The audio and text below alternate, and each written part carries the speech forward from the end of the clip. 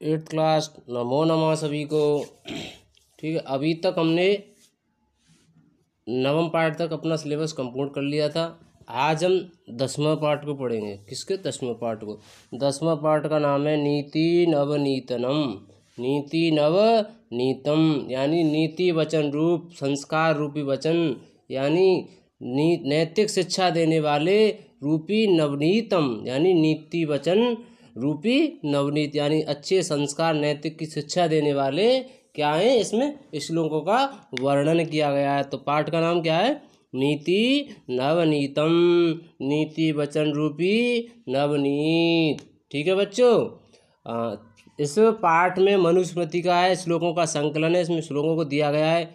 इन श्लोकों को भावार्थों में सदाचार की दृष्टि से अत्यंत महत्वपूर्ण है। इसमें माता पिताओं की सेवा, गुरुजनों का आदर की सेवा से जो मिलने वाला आशीर्वाद और अभिवादन मनुष्य को लाभ की चर्चा की गई है कि हमें माता पिता के सेवा करने से, गुरुजनों की सेवा करने से, बड़ों का सम्मान करने से अपने अंदर कितनी अच्छी संतुष्टि होती है। हमें उनसे प्रणाम करके, नमस्कार करके उनसे अभिवादन, यानी अपने की आयु विद्या यशो बिलम, आयु विद्या यश और बलम का हमारे अंदर क्या होता है? निर्माण होता है। इसके अतिरिक्त इन श्लोकों में सुख दुख में समान रहना है, अंतरात्मा को आनंदित करते रहने वाले कार्य करते रहना है, विपरीत कार्य यानी बुरे कार्यों को हमको छोड़ना है या त्यागना, और सम्यक यानी ठीक विचारों को सोचना और अच्छे मार्ग पर चलने के लिए इन श्लोकों में बताया गया है कि अच्छे मार्ग पर चलने से क्या क्या लाभ या हानि होती है। ठीक है बच्चों, तो सर्वप्रथम इसके हम शब्दार्थों को समझेंगे, तत्पश्चात श्लोकों का भावार्थ समझेंगे। अभिवादनस्य, अभिवादनस्य का अर्थ होता है प्रणाम करने के स्वभाव वाले के। वृद्धोपवेशनी, वृद्ध धन उपवेशनी, बड़ों की सेवा करने वाले। वृद्धोपवेशनी का अर्थ क्या होता है? बड़ों की सेवा करने वाले को। क्लेशम, क्लेशम होता है कष्ट। निष्कृति, निस्तार। कुर्वतः, कुर्वत का अर्थ होता है करते हुए का। परितोषः, संतोष, परितोष का अर्थ क्या होता है? संतोष। अंतरात्मनः यानी स्वयं की अंतरात्मा, हृदय की अंतर आत्मा। कुर्वीत, करना चाहिए। नेश्येत माने का अर्थ होता है रखना चाहिए। पूतम, पूतम का अर्थ होता है पवित्र। नृणाम, नृणाम का अर्थ होता है मनुष्यों का। वर्ष शतई, 100 वर्षों में, वर्ष शतई का अर्थ होता है 100 वर्षों में। समाप्यते, समाप्त होता है। समासेन, संक्षेप में यानी संक्षेप में, छोटे रूप में।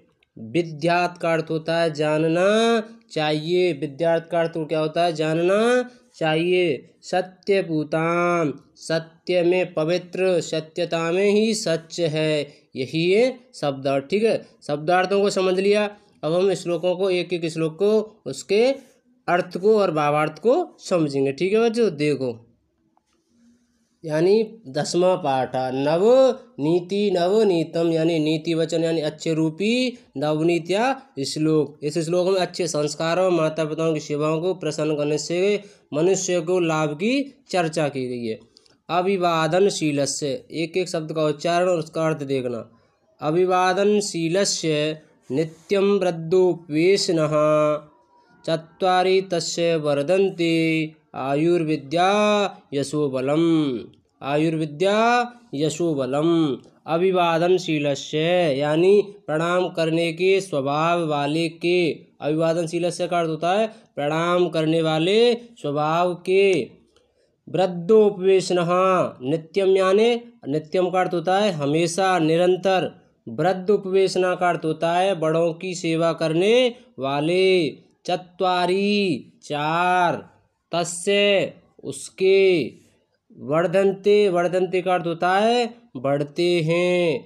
आयु, विद्या, यश और बल, यानी इसका अर्थ ये हुआ कि प्रस्तुत श्लोक में, इस श्लोक में अभिवादन एवं बड़ों लोगों की सेवा को, सेवा करने से, सेवा के महत्व को दर्शाते हुए जो हमेशा हम अभिवादनशील एवं बड़े लोगों की सेवा करने वाले होते हैं, बड़े लोगों की सेवा करते हैं और अभिवादन से और बड़े लोगों की सेवा से हमें 4 चीज़ प्राप्त होती हैं। वो 4 वस्तु कौन कौन सी हैं?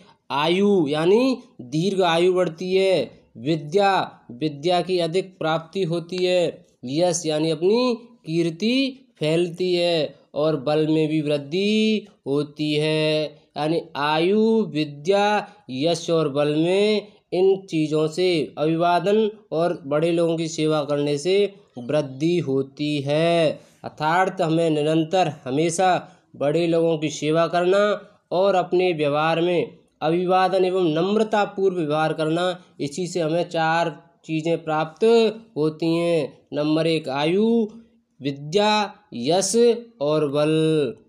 यानी अभिवादन एवं बड़े लोगों की सेवा करते हुए हमें ये 4 चीज़ प्राप्त होती हैं। कौन कौन सी? आयु, विद्या, यश और बल में वृद्धि होती है। ठीक है बच्चों, यहाँ तक समझ में आ गया होगा। यानी एक और बार देखो, प्रस्तुत श्लोक में, इस श्लोक में अभिवादनशील से का अर्थ होता है प्रणाम करने के स्वभाव से, और वृद्धोपोषणा बड़े लोगों की सेवा करने से मनुष्य में हमेशा अभिवादन एवं बड़े लोगों की सेवा करने से उनकी आयु, विद्या, यश और बल वृद्धि होती है। ठीक है बच्चों, दूसरा देखो, यम माता पितरौ क्लेशम सहिते संभवे नृणाम न तस्य निष्कृति शक्या कर्तुम वर्ष शतै अपि।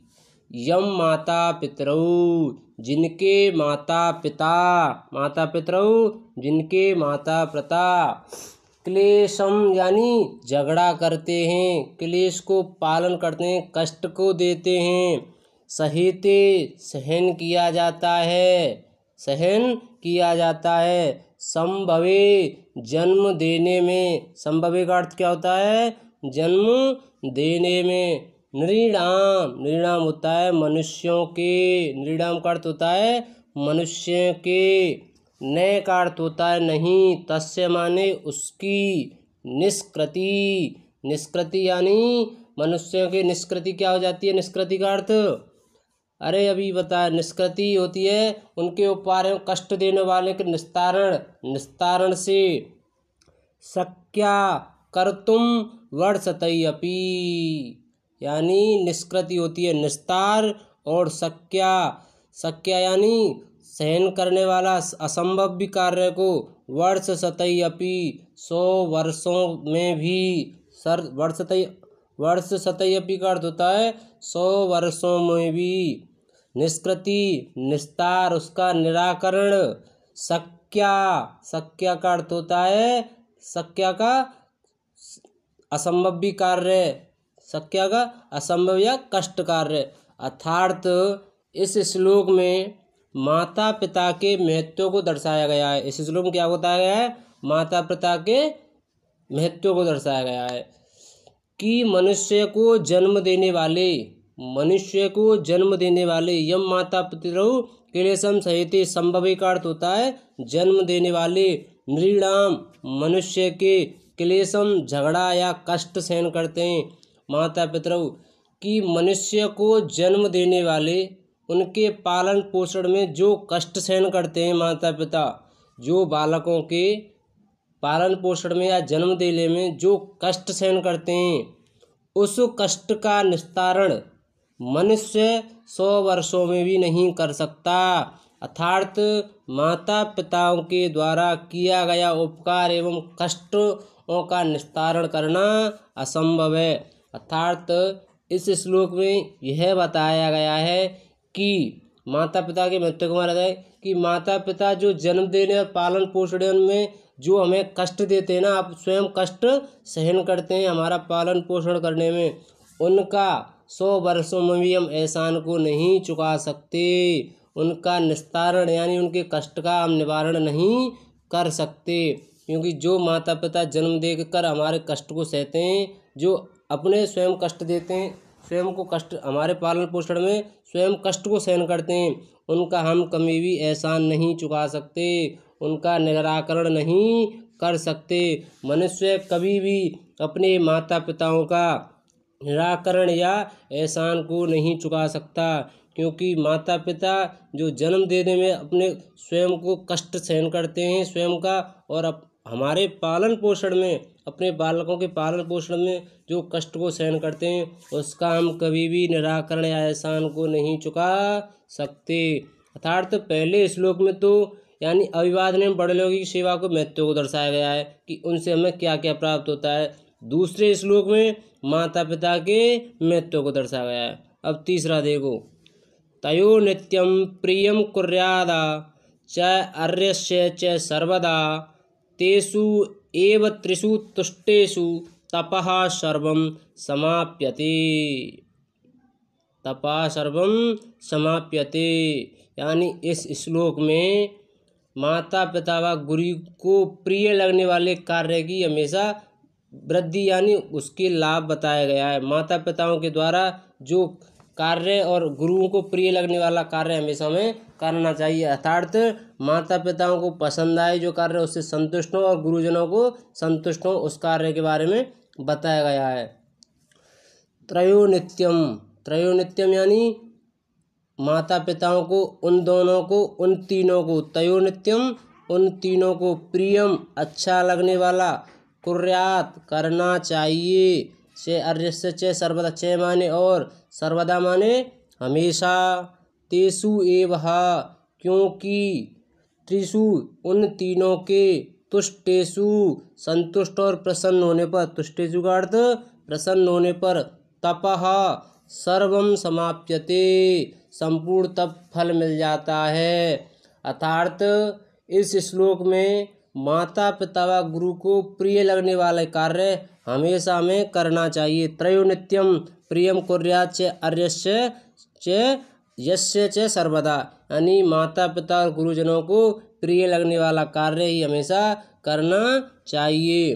तेषु एव क्योंकि, त्रिषु उन तीनों के, तुष्टेषु प्रसन्न होने पर भी, संपूर्ण तप का फल मिल जाता है। क्योंकि माता पिता और गुरु जब संपूर्ण प्रसन्न हो जाते हैं तो हमें अपनी संपूर्ण तपस्या का फल मिल जाता है। इससे माता पिता और गुरु की सेवा ही करना सबसे बड़ी तपस्या है। इनके संतुष्ट ना रहने पर बाकी तप बेकार है, क्योंकि पहले हमें इनको संतुष्ट करना पड़ेगा, इनको प्रसन्न करना पड़ेगा, तभी हमारी तपस्या सफल होगी। यानी इस श्लोक का यह भावार्थ है कि माता पिताओं की सेवा करना ही हमारी प्रथम कर्तव्य है। प्रथम तपस्या सफल तभी होती है हमारी जब तक हमारे माता पिता और गुरुजन संतुष्ट नहीं होते। बाकी हमें सभी व्यर्थ की जो कर्तव्य जो हम तपस्या करते हैं बेकार है। प्रथम हमारी तपस्या यह है कि हम माता पिता के और गुरुजनों को प्रसन्न करें, वही हमारी तपस्या, वहीं पर हमारी तपस्या सफल हो जाएगी। ठीक है बच्चों, अब आगे 3 श्लोकों का अर्थ आगे की वीडियो में। सभी को धन्यवाद।